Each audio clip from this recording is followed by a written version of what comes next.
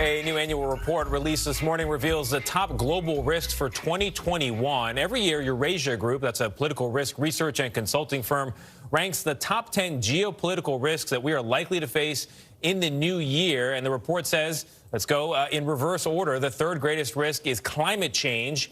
The second is the long-term effects of the coronavirus pandemic. And it says that the greatest risk is political polarization right here in America and the ways it could affect Joe Biden's presidency. Ian Bremmer is the president and founder of Eurasia Group, and he joins us now. Ian, good morning to you.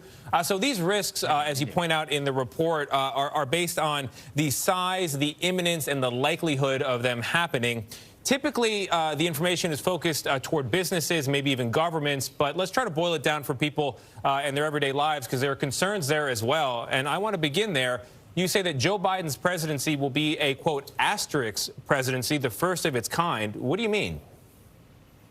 Well, like A-Rod or Roger Clemens or Barry Bonds, you put an asterisk after it and you say, oh, that record doesn't count. You got almost half of the country that's going to see Joe Biden as not a legitimate president. This is playing out right now with, I mean, not just President Trump, but you've got Ted Cruz and a majority of Republican elected officials in the Senate and the House that are saying that they're going to vote against the will of the people, the will of the electors in the United States. That's unprecedented. We've never had that happen before. And this is a time when you really need the U.S. government to be functioning well, because we have this massive crisis. You have a need for the government to legislate, to respond, to deal with the needs of the average American. The country's not been this politically divided in our lifetimes, and it's not been this economically unequal. And that really, given the size of the U.S. economy globally, it's impossible not to have that as risk number one this year. Yeah, you say in the report that we are the most powerful but also divided and unequal country on earth, or certainly among the industrialized Western democracies. This is the second year in a row that America, or something happening in America, has occupied the top position, the top risk in the world. What does that say about the trajectory of our country? Well, I started the firm back in 1998, and the U.S. had never been on top before. And that's because historically, political institutions in the United States were stronger. They were seen as much more legitimate.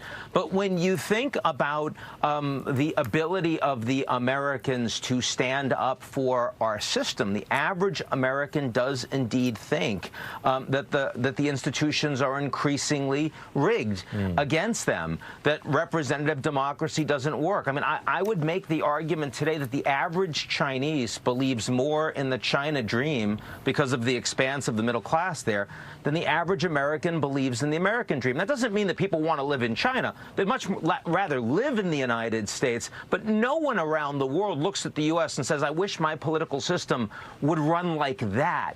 And that undermines the ability of the United States to provide leadership on trade or to lead by example around the world. It makes life a lot more difficult for those of us here. Ian, I want to dig a little bit more deeply into the report. Number 6 on your top 10 list of risks, global data reckoning. You mentioned something there about foreign adversaries getting personal data on Americans or people in other countries and then blackmailing.